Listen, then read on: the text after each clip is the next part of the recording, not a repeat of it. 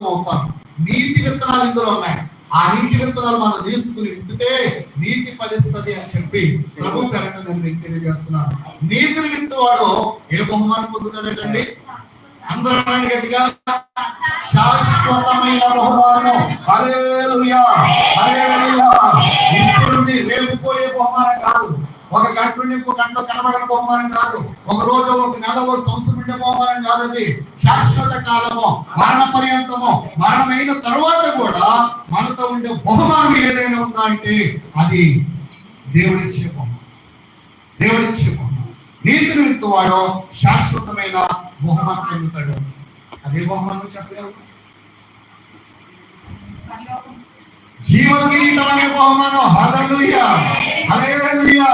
జీవ కిరీటం అనే బహుమానాన్ని దేవుడు మన మీద పెడితే ఆ బహుమానాన్ని ఇస్తే చనిపోయే ముందు మనం చనిపోయిన తర్వాత కూడా మనతోనే ఉంటదండి. అది జీవములో